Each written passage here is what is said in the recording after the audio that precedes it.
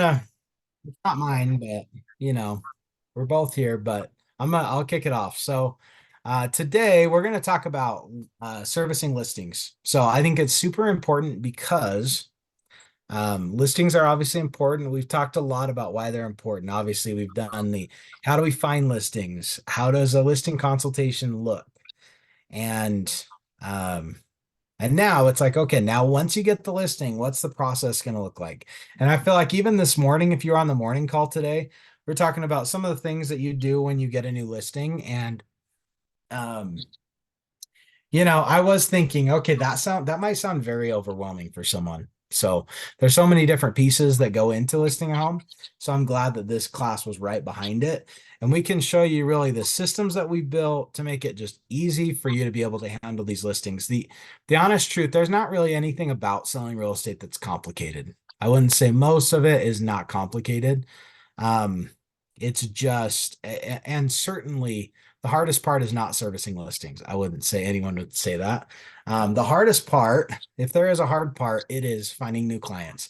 We've got to be living at the top of the funnel. We've got to be lead generating, meeting new people, getting them into our pipeline, moving them along down the road, finding more to continue pushing through there. So that's really if when people get out of the business, it's not because it's complicated. It's not complicated to put up new listings or service a buyer. It's because of lead generation. So any focus that we have that's on lead generation, that would be the reason why. And we have these systems to make listing properties as easy as possible. Because once you get that listing, it should be like, okay, next, we're on to the next one. So we have these cool checklists that you can use for your own business. So let me just pull it up real quick. I have it right here. Oh, I had it all, and then I went to share my music, and let me grab it again. By the way, anytime I'm in charge of sharing music, you will always see it be usually that song, Hall of Fame by The Script, because it's the one that pumps me up. So if Jake's in charge, he might choose Taylor Swift, but if I'm in charge, I'm going with that song because it pumps me up. So, okay. No. Okay, so this is not going to look exciting. Sorry about that, but this is our checklist. So, the cool thing to know about this is that you can just go through it. When you get a listing, you can just walk right through it. And one thing to cover is that one thing to cover is that this thing is totally editable. You can change it however you want. I'll probably change it even while I'm in here looking at it because I'll just be like, oh, that doesn't look right. Let's make this change. So you're welcome to tweak this however you want, your own version of it, of course. You won't be able to tweak the actual template, but change it however you want. Basically, one of the values of that we learn in Keller Williams is that everything needs to be scalable and repeatable. So you got to have some sort of checklist. And if you don't like something that we have on there, take it out. If you think it should be replaced by something different, add it in there. And honestly, even tell us. You can tell us, hey, I wanted to update this thing like this. Maybe it'll help you guys. Maybe you want to make the change, maybe not. We would totally be open to that too. So, anyways, this is our list. So this is basically the checklist. And every time we run into an issue, we add an item to the checklist to make sure that we don't run into that issue again. So it's in order to be very efficient and very effective so that all of our clients get the same process every time. A lot of times agents will tell me, oh, well, I don't want to do that on this one because it's my family member. Okay, well, that's not going to work really. Like if it's is it if you think, oh well, I don't want to do that because I don't want to inconvenience my family member. Okay, well, are we inconveniencing the rest of your clients? Because if that's the case, we might want to change it for everyone. Or is it that it's something good that you want to do that you don't feel like your family member needs? They don't need to get cookies in the mail to congratulate them on getting their house listed because they're my friend or because they're my family member. It's like, well, if you're going to do that for everyone else, don't you think your family and friends would like that too? So the more we can just streamline it and say, hey, we give the same level of service to all of our clients, I think the better. So, okay, real quick, we'll just start running through it. So, step number one, set a listing appointment, collect their email and other contact info. So, if you don't have a full file for these people, you need to start collecting all their info so that you can communicate with them. Update command with the new info, create an opportunity in command. So we're talking pretty simple there. Any of that you need help with, let us know. If you do have a lot of technical questions, like just like technology questions, um, it may mean that you have not done this yet, and I would challenge you. Probably, I can safely bet Terry and I will both challenge you to this. Do the 66-day challenge from Marty Miller. It's on YouTube. Search 66-day challenge, Marty Miller. I believe it's on version 8. Um, so there's 8 versions of it, and it's on 8 now.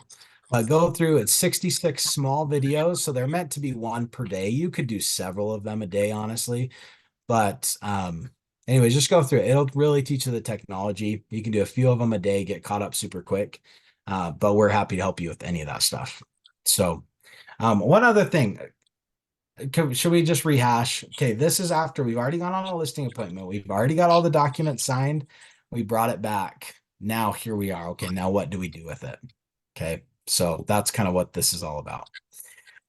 Okay, and Terry, seriously, just jump in because it might get a little dry or something because it's kind of its checklist may not be that engaging, but so Add to it just if anything exciting pops up.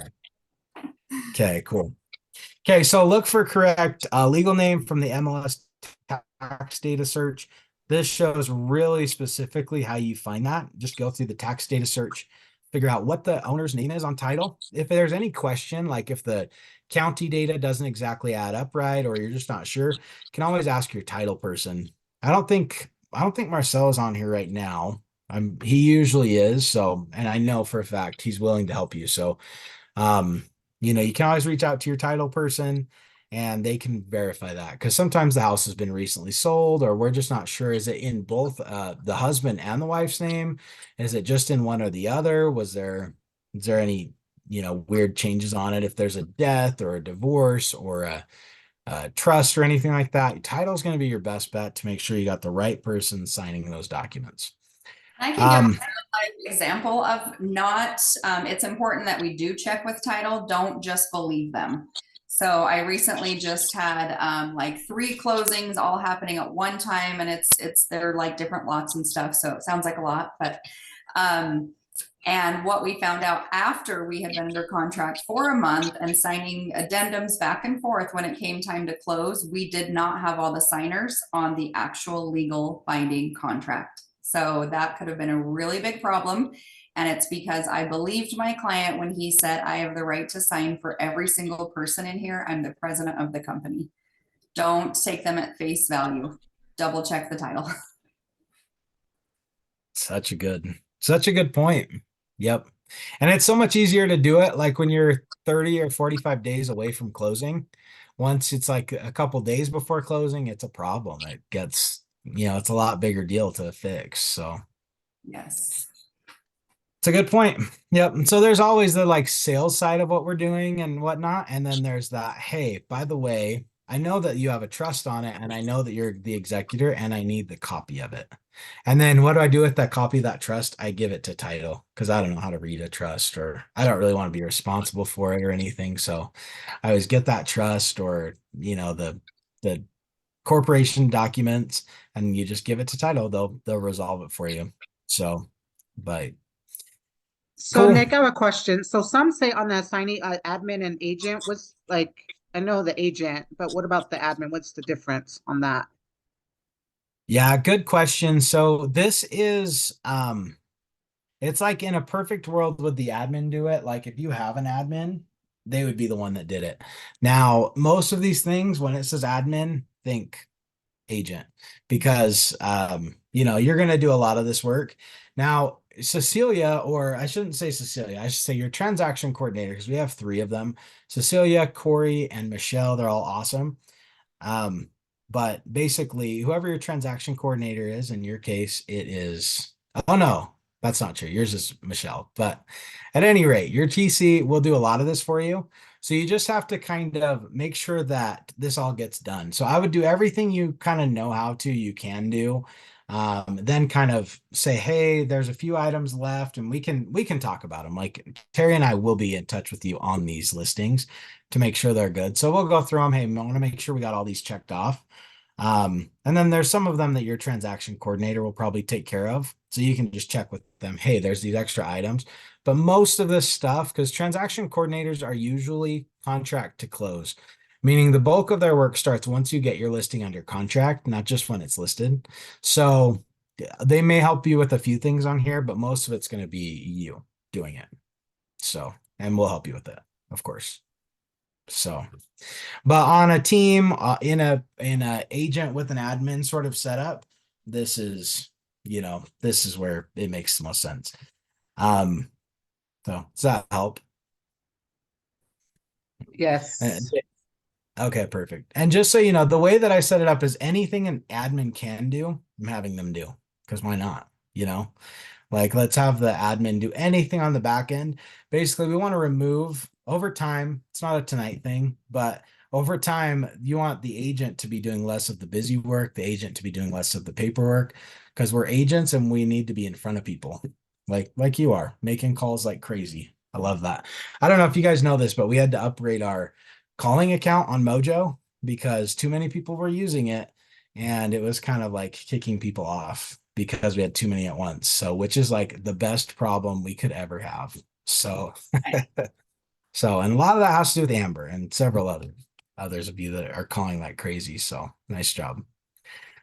Okay, so prepare exclusive. So these are the documents. We have it dialed up pretty good. Some of these, so this is actually the one I know best is the one from my team. So it's got like some specifics that might be a little different. Like on mine, it's a little more specific, whereas like on our PC one, it's just a little more generic. So if you see something kind of weird like that, don't worry. But this talks about the documents. So prepare exclusive right to sell, wire fraud, MLS exclusion form, and lead-based paint. You got to get all those forms. So those are the forms that come through the MLS. So those are the MLS forms. So there's also the instructions, go to Utah Real Estate, go to the forms library, grab these documents and get them filled out. So pretty simple on that. But we do need all of those things, of course. So we've got this is talking about preparing it so you can get them signed. Usually that will already have been done. And then you'll take them to your listing appointment with you, bring them back. But it is nice to know that there's like a cheat sheet there. Then there's some other things. So these are kind of our homework items. Prepare seller property condition disclosures. Print off in which property condition disclosures is something we leave them as homework. You can also do it through SkySlope. SkySlope has it set up. Maybe it's a little confusing. I don't have to go into it. SkySlope is set up really well to do seller property condition disclosures.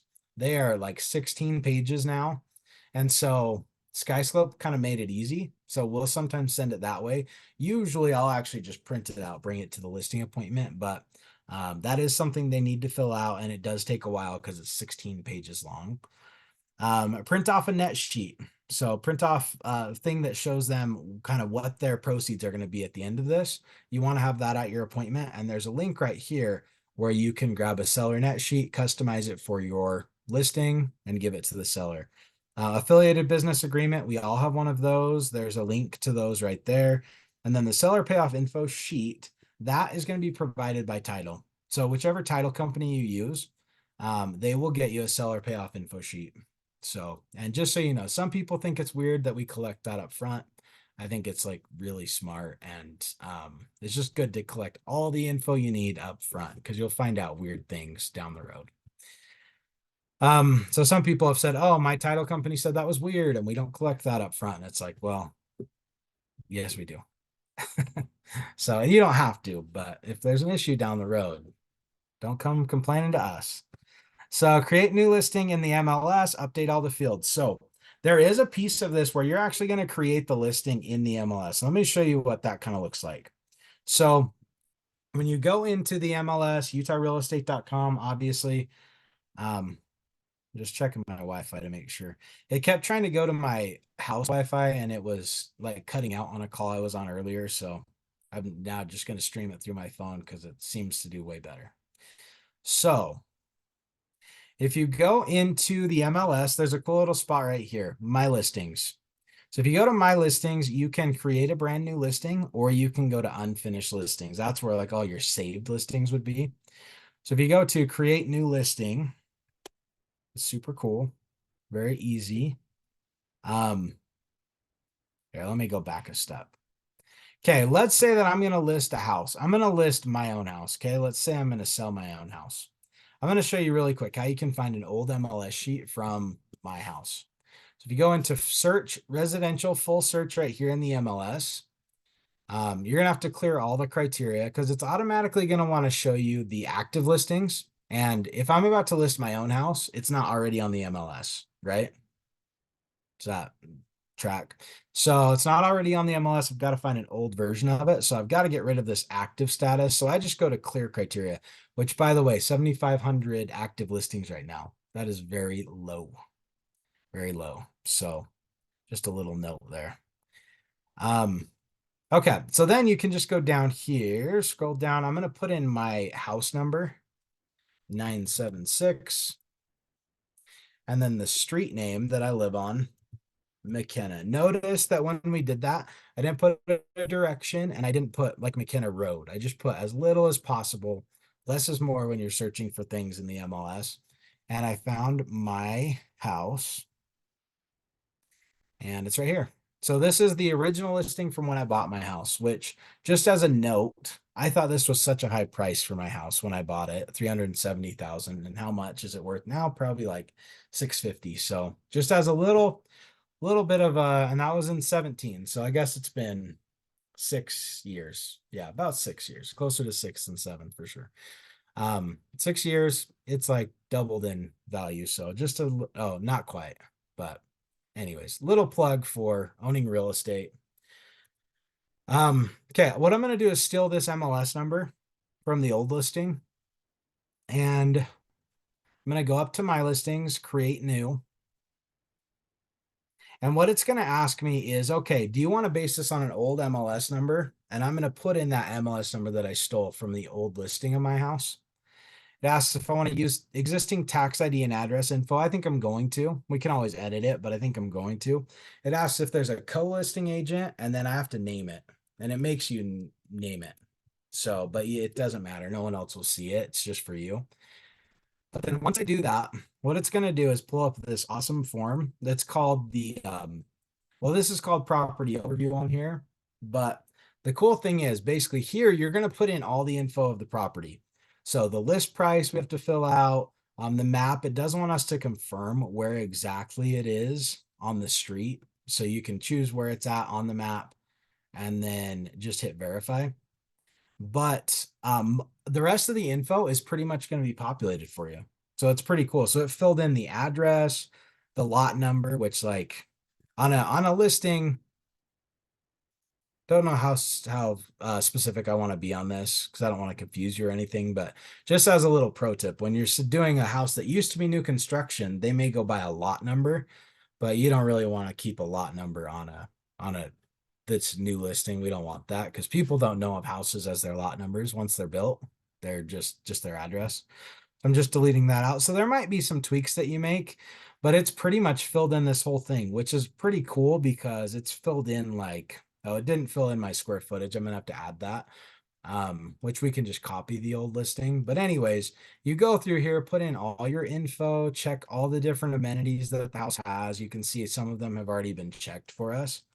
And then you can write your like agent remarks at the bottom, your remarks for the house, like, hey, this amazing 2-story is the perfect place for you because it offers main floor office or whatever. So you can put like that little story thing. And then the cool, Sorry, my plug for Chat GPT. It's my new favorite thing when it comes to creating remarks. So write that down as a system to use. I don't pay for it. I use the free version and it comes up with amazing remarks. love it. That's awesome. Yep. Such a cool tool. So Chat GPT, you can always tweak it the way you want, but it'll come up with a really good structure. So I taught a class the other day for a mortgage company, and I used Chat GPT to come up with the whole, like all the bullet points and everything. It was so cool. So such a good tool. Okay, the cool part about this is once you have it all filled out, you can go to print PDF at the top. And what it's going to do is it's going to give you a form. So it's turned all of your details into this residential list input form. So one thing that you'll need to get your file all approved and get your listing going is this residential listing input form. It's going to auto populate all the details of your listing because you filled them out. It's going to put, it puts them on the form for you. But anyways, then you just have your seller's initial here. So your sellers will initial every page, and then at the bottom, they will sign it. And what this does is now you don't have to write in all that stuff and have them sign it that way. It'll auto populate all that info that you need for your listing and just allow you to have your seller sign right there, which your seller is basically signing that they understand how it's going to be marketed online and that they're happy with like the remarks that you wrote, the price that you put, all that stuff. So hopefully that was helpful for you to just see how that looks. Now in here, there's also a floor plan. If you want to have someone do a floor plan for you, you can put it there. There's like an automated version you can do. I just haven't messed with it too much. But here you drop your photos. You drop your photos from your professional photographer, which we'll talk about. Schedule your open house. Put any listing documents in there, which just so you know, you don't need any listing documents in there unless the house needs a lead-based paint disclosure. That's the only one that's required. Now, sometimes you can put seller disclosures there if you want. Some people like to put seller disclosures there because they want future buyers, like potential buyers, to see what's on there, but usually not.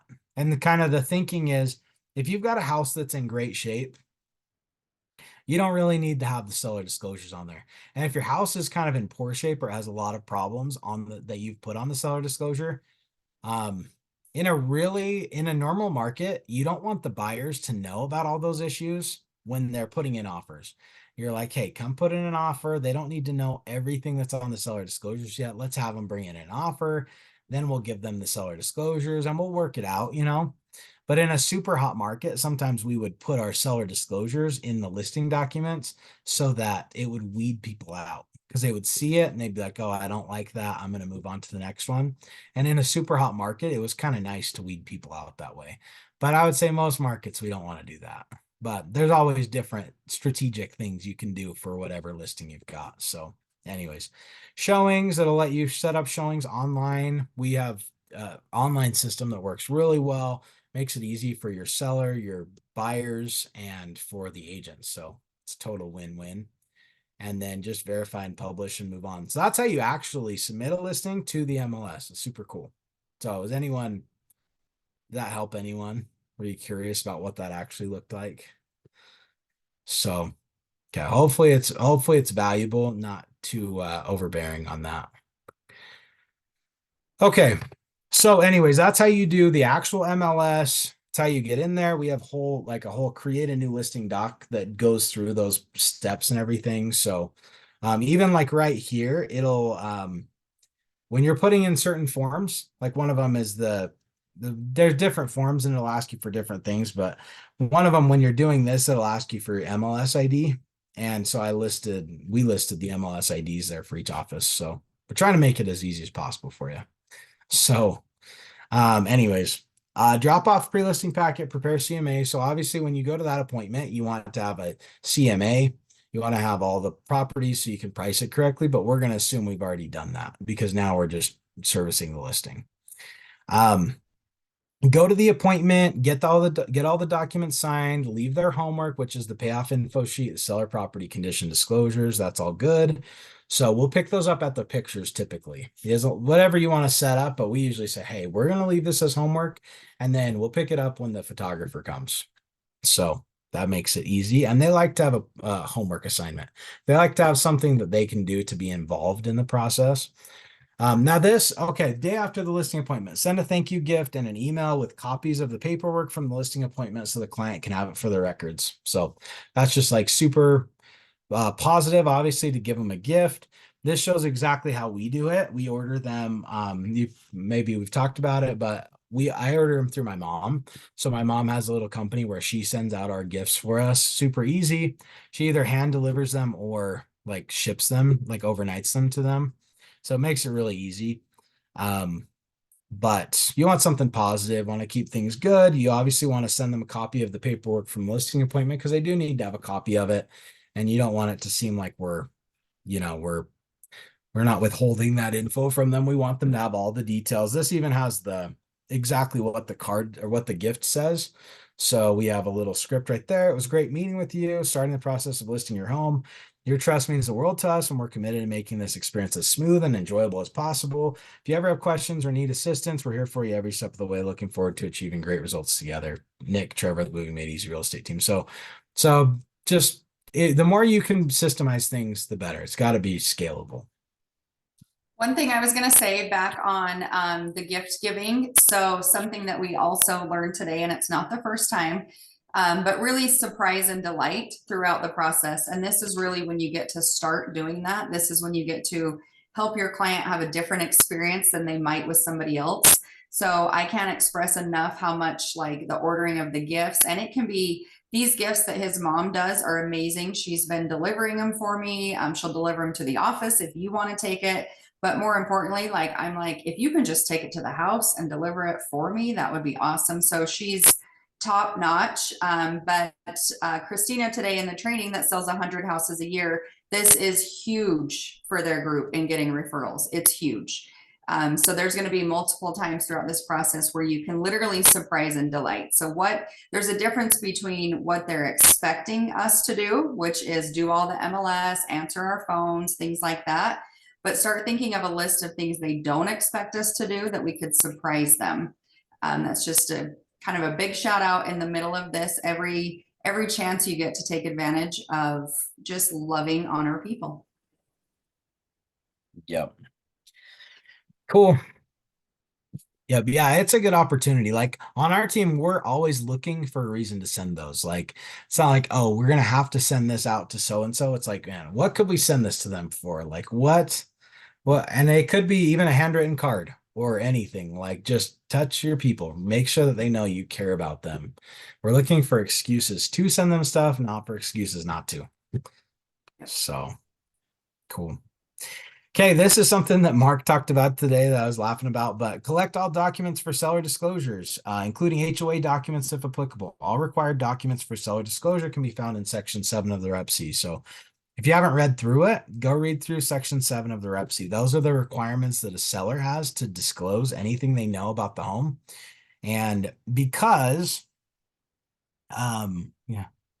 Okay, I thought it might have a better description, but basically, if your seller doesn't disclose everything that they agreed to disclose in Section 7, and the seller and the buyer is upset about it and maybe thinks you withheld information, guess who's going to get in trouble for it? Do you think it's going to be the seller? I think it's going to be the agent. Yep. It's going to be pointing back at us. So if our sellers don't do a good job of disclosing what they know and providing everything that's required, it's going to come back on us pretty much like 95% of the time. So now if they hide something from you, you don't have to be afraid. Like if they're hiding something from you, that's different. You can only disclose what you're aware of. But if they don't do it, they did not read Section 7 of the contract, I'm pretty sure. So they don't know what's in there. So they expect their agent to know and to help them do that. So there's a reason why it's on this checklist. Read sections and make sure we've done everything we need to in Section 7. And just Okay. So, sorry, I'm just emphasizing extra points for you. I Just love it. emphasize an extra point on why we talked about this morning and why he spent so much time helping you understand why disclosure is so important. Ordering this stuff early is so important. Most of the time, our seller disclosure deadline is literally 3 days. So that's from the time you get a contract. So just keep in mind, like you need to be prepared with this the second you list that property. I mean, the market right now is heating back up. We're getting offers on day one within the first week sort of thing. So if you wait and you get an offer and you put it under contract and we don't have this stuff, you're likely to pass your deadline. So prepare early on this. So true. It's hard to get people to do this down the road, but up front, it's nice. It's easy. So, okay. And that's really, we got to focus on taking responsibility for what we can have. So I learned in my NLP thing the last 2 days, like, yeah, about empowerment and disempowerment. And disempowerment is can be trying to control things that you don't have control over. Like that's just crazy. And a lot of things we don't have control over, like the HOA. How long is it going to take them to get us the stuff? We don't know. So we just have to ask for it early. keep bugging them about it. Make sure we collect it. So, okay, send photography checklist to seller. Make sure they're comfortable with what needs to be done and set expectations with the SPCD and seller payoff info sheet that they'll be picked up at the photo appointment. So that's basically, and there's a version right here. You can customize it however you want. This says, hey, here's some things you want to do to make sure your house looks great for a photography for the photography appointment. So we send that to them. We send it in a text because I just think it's handy for them. Like they'll have it close by. It's normally a PDF, but we just send it as a text. It's like a follow-up. Now your seller packet will probably have something like that in it. So that's again why we're texting them. So it's in a different medium for them. But remember, once you take this listing, you now are responsible for communicating with them all the time. So that means at least once a week communicating with them, even if it's not at the market yet, you've got to be communicating with them, and probably twice a week is a better minimum. They want constant information on what's going on with their listing. So send them that. Order deep cleaning. So we do pay for deep cleaning. You can pay for your client's deep cleaning. You can have them pay for it. You can just make them clean it really good. Whatever you want to do. A lot of people are kind of gross, and it's easier for me to just have someone come clean it than to convince them of what clean is and what not clean is and whatnot. So plus they see it as a benefit because, they don't want to clean their house either. So it's all good, Something but whatever you want to do. that. Sometimes I know in the beginning of my career, I knew that I needed the house deep clean, but I was scared to ask them and I didn't want to pay for it myself. What I've learned over the many years is sometimes they're just grateful that you're a facilitator. You can say, you know what, the next step is we need to get this house deep clean. I have somebody that can do it for this price. I bet I can get them here on Monday. Does that work for you? And just throw it out there like it's just part of the process and they have to pay for it. So don't feel like you have to pay for everything. Repairs, anything of this scenario where you're offering, just to facilitate, I'll schedule it for you. I'll get in touch with them, but this is what it's going to be. And just put it on them to pay for it. I do pay for that most of the time now. But I just remember at the beginning of my career, I was like, I cannot pay $500 to get this house cleaned before I even list it, before I've even made any money. And then I learned quickly, people will pay for it themselves. Just you're taking it off the plate. Totally. Yep. Such a good point. So, and like some of you, because like that might seem kind of like a lot. And then there's others of you that would be like, I can't believe you don't spend $2,500 staging every one of your listings, which I do not. I don't ever spend that much on staging their listings. If they want to, that'd be fine. But some people believe in that. And maybe probably some of you on the call even believe in that. So it's like, it's not wrong or right. Like some people will look at the way that I do it, and they'll say, man, you spend way too much on your listings. And others will say, man, you are such a cheap listing agent. I just can't believe it. So everyone does it different. And that's kind of the beauty of it. What's your value proposition? So, okay, this is really important and very simple. Send the signed MLS exclusion form to the MLS. That is kind of a no. It's just something you have to do. So send that over. So what the MLS exclusion form is, and it's in those required docs. So we pretty much get it signed every time. There's 3 options on it. The middle one says we'll submit it to the MLS as soon as we decide to publicly market the house, which that makes it really simple for you. But if you take a listing and you don't have it on the MLS within 5 days, which many times we won't, sometimes we would, but many times we're not going to have it on the MLS that quick because, maybe it needs some touch-up paint. Maybe it needs the pictures to be done, or maybe we're waiting for the yard to be spruced up or whatever. For whatever reason, if we're not listing it within 5 days, we have to send this to the MLS. It has to be within 5 days that we send it. So there's a reason it's on the checklist. Follow it. Just have your clients sign it at the listing appointment. You sign it and then send it off to the MLS to say, hey, we did take a listing, but we're not putting it on the MLS yet. If you don't do that, you will get a fine from the MLS. And basically the way that the technology works of it is basically as soon as you submit your listing and say, congrats, I've got I'm so excited I put up this new listing, you're forced to give them all the information they need to be able to send you a fine, because they'll see exactly which day you listed exactly which day you had it signed, exactly which day it was listed. If it was more than 5 business days, they respond with a $250 fine. So you're giving them everything you need for them to You're signing your own warrant, basically. So just send it. It's not complicated. Just send it. Please, please, in all caps, because we have agents fined for it all the time. So please, please is in all caps. Make sure to get this signed and send it in the same day you sign the ERS with your client. All right, schedule a photo shoot of the home. That's pretty simple. We put a vendor on here. There's several vendors. You can reach out to us for additional ones. No problem. Usually I would say agents do pay for the photos. That's pretty accurate, don't you think, Terry? Yeah, definitely. I would never, actually, I'm glad you brought that up because that is a vendor I would never ask my seller to pay for. Yeah. In fact, I kind of like bolster that. I say, I'm going to hire a professional photographer to come in here and kind of act like it is going to be a $2,000 shoot. Like that's part of my services. I'm going to hire this amazing professional to come in here and do it. And I'm paying $110. So they don't need to know the cost of it. But I do include that as part of my marketing. So yeah, I pay for that. Yep. So, and that doesn't mean you have to pay for it. I only say that because, yeah, most agents will do that. So, Yep. whereas like cleaning or staging, those are above and beyond sort of things. So, okay, determine open house agent. So, figure out what's our plan for the open house. Am I going to do the open house? Am I going to be out of town so someone else is going to do it? We're never going to skip the open house on that opening weekend just because you're out of town. You can go out of town. We'll find an agent that wants to do it for you, no problem. So, don't worry about any of that. Verify that signs are allowed in the community that you're listing in. That's added because people have had problems with that, right? They go to stick a sign in the yard. The HOA says, no, you can't have a sign here.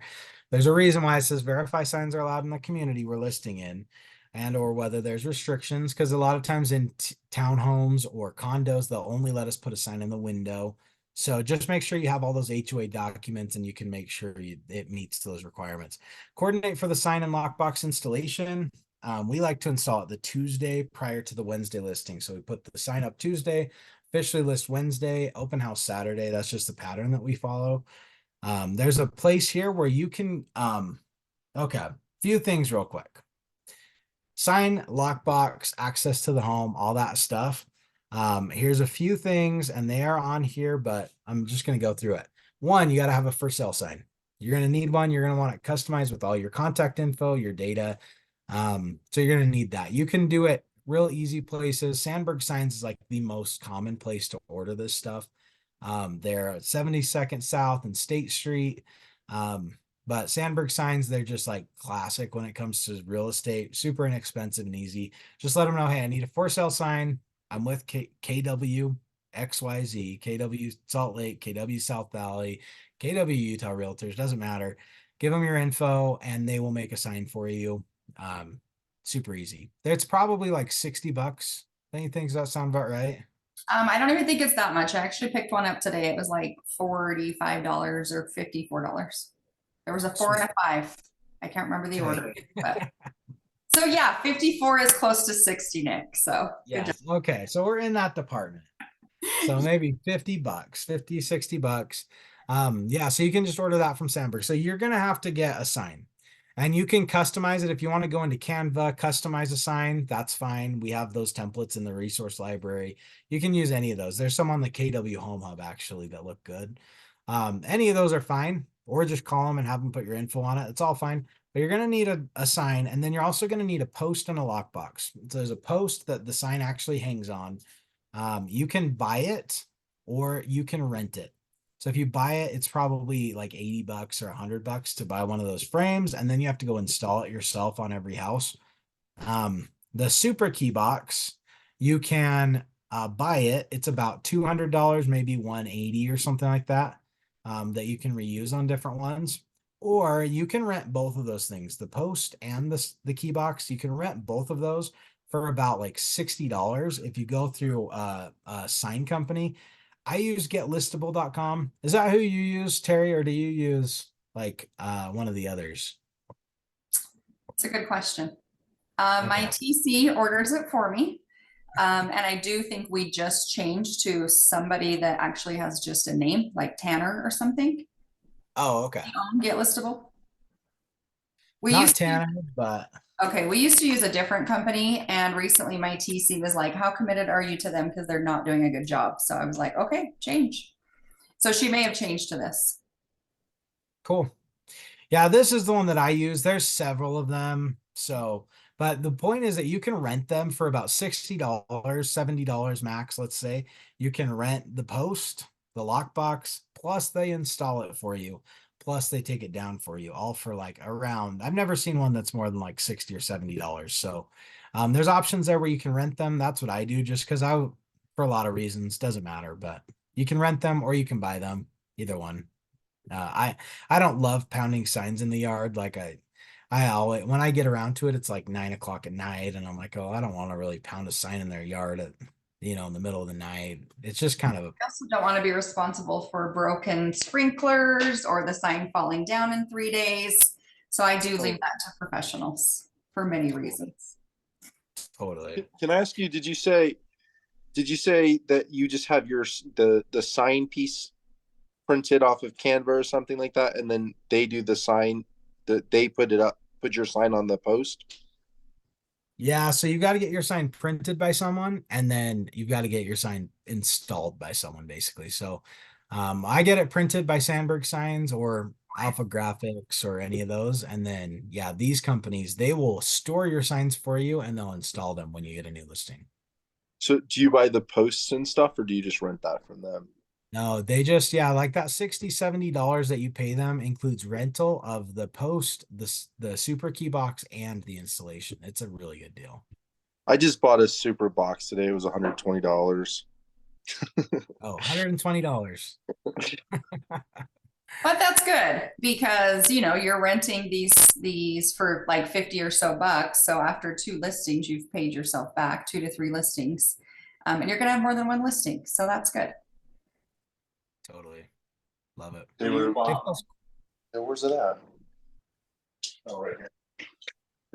They were saying that they're doing something different with them, and they were like, I'll mute him. Yeah. That was for us. Yeah. So, A plug for yeah. lock boxes too, just side note, when you do go in to buy your lockbox to invest in those, they do sell used lock boxes, and I always just recommend buying the used ones. I think they're like $99. So it will save you some money, but they come with the full warranty that a brand new one will. So whenever I see somebody post in any Facebook pages, hey, I have lock boxes for sale, you just take them, you go to the board, and then you have it transferred to your ownership so that the warranty will be covered. But you can save yourself some money that way too if you want to invest in those.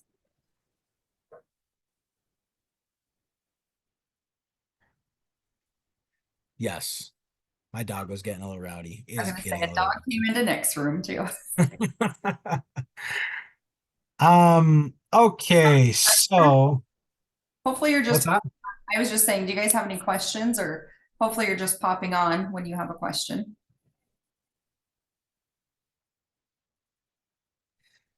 sorry about that. Okay. Well, That's okay. welcome back. Okay, so sign lockbox, all super easy. There's some instructions on here. The photography appointment, I would go to the photography appointment if you can. The photographers like to have a little help. So send them that list so that your sellers can kind of get it ready. And then I like to go to that photo appointment early just to see if there's anything that they didn't quite do right or that needs to be tweaked. Plus, the photographer a lot of times will appreciate you being there, where you can like move a lamp, or like if they have a hard time getting light in this corner, then they may want you to move a lamp, or I mean they usually will bark orders at you. So when I show up there, I'm just like, hey, remember, like I am here to help. So just tell me what you want me to move, I'll do it. So that they know they don't want to move all that stuff themselves. So a lot of times photographer might be kind of lazy, they'll just snap pictures as it is.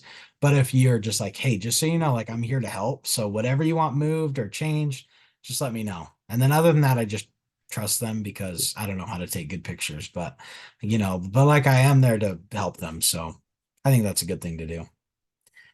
Of course, they're going to pick up your seller disclosures if you left them for them. Order listing home warranty coverage. That's a really cool thing. So there's several companies that do it. There's several most home warranty companies allow listing coverage. It basically covers the home while it's while it's being listed and or under contract.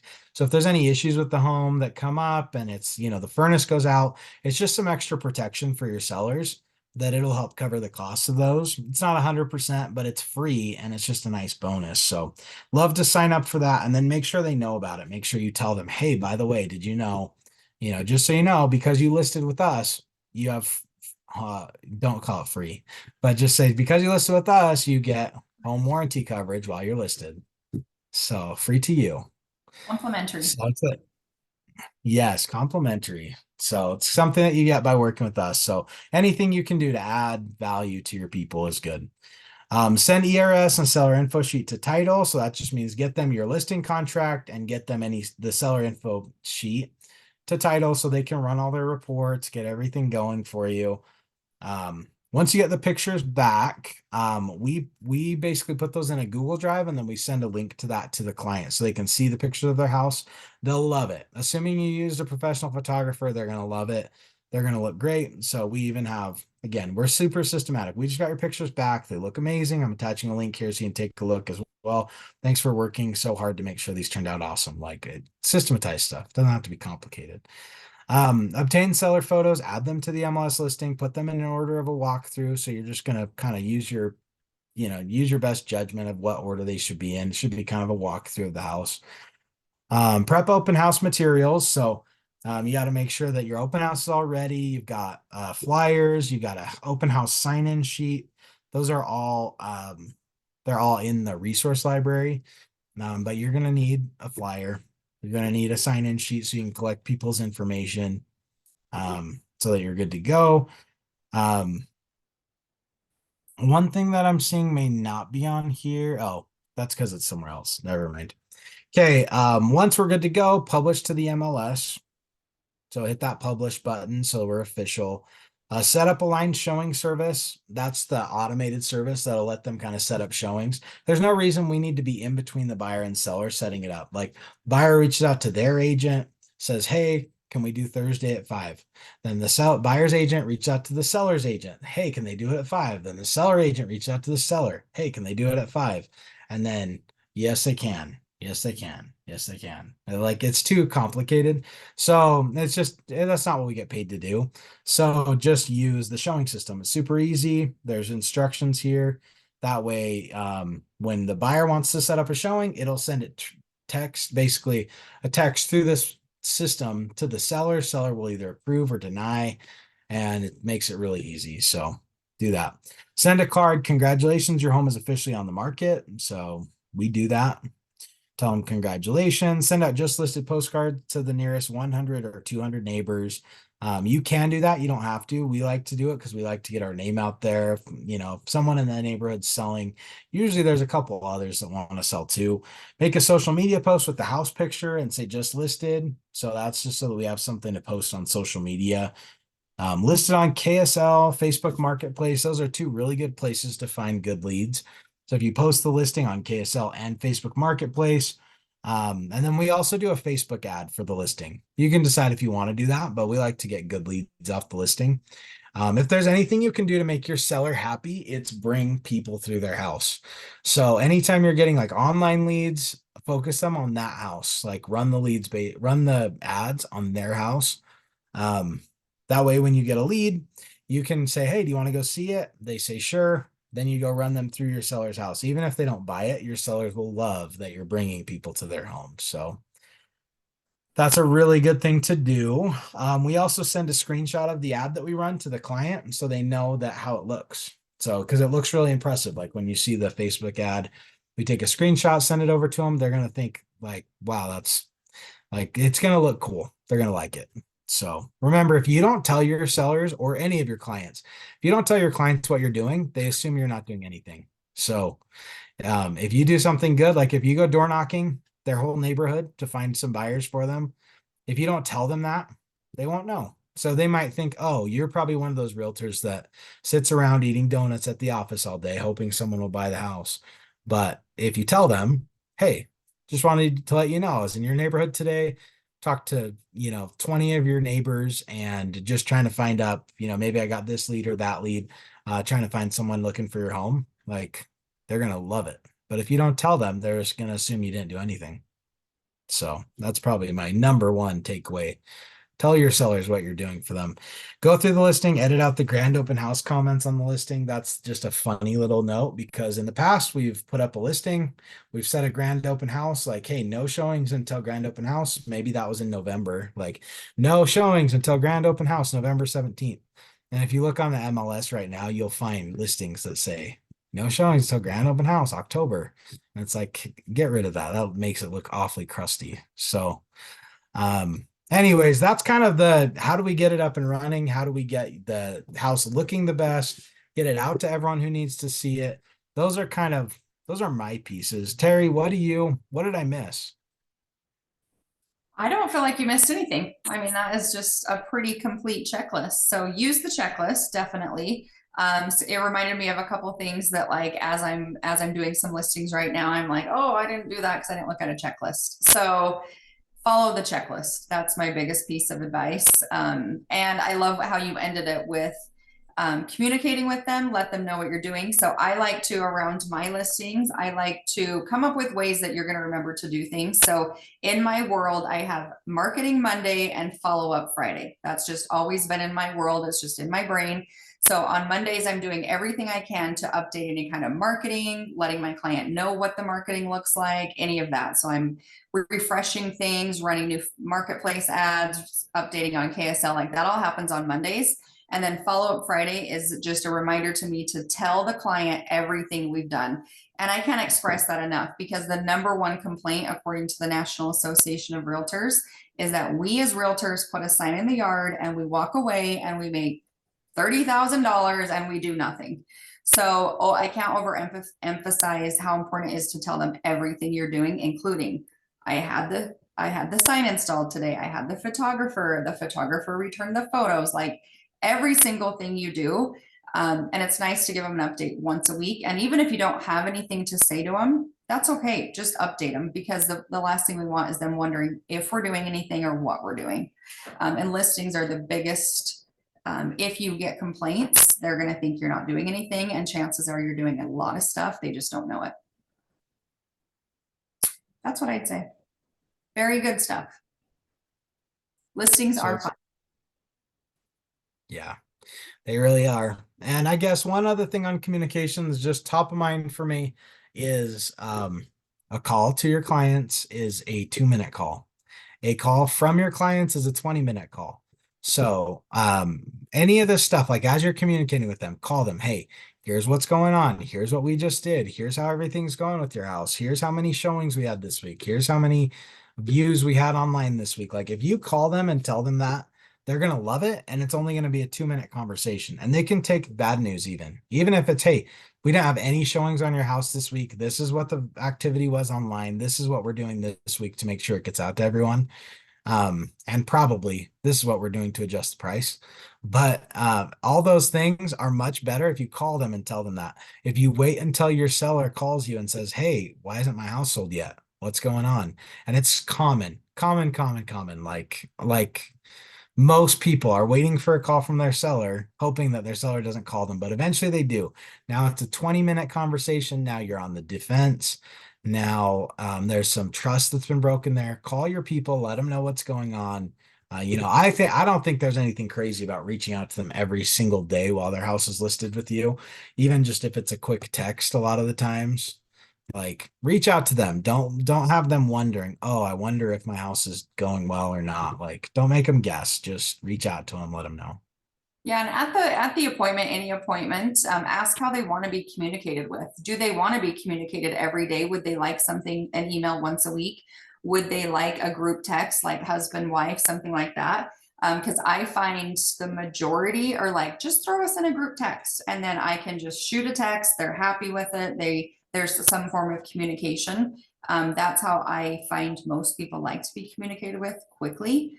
And like Nick said, use your intuition. Anytime somebody's name pops on my head, I want to just call them immediately because when they call us, it's a whole lot longer and it's usually because there's a concern. So get in front of them. call them first. Totally. Love it. What questions do you guys have? What did we not cover that you're way curious about?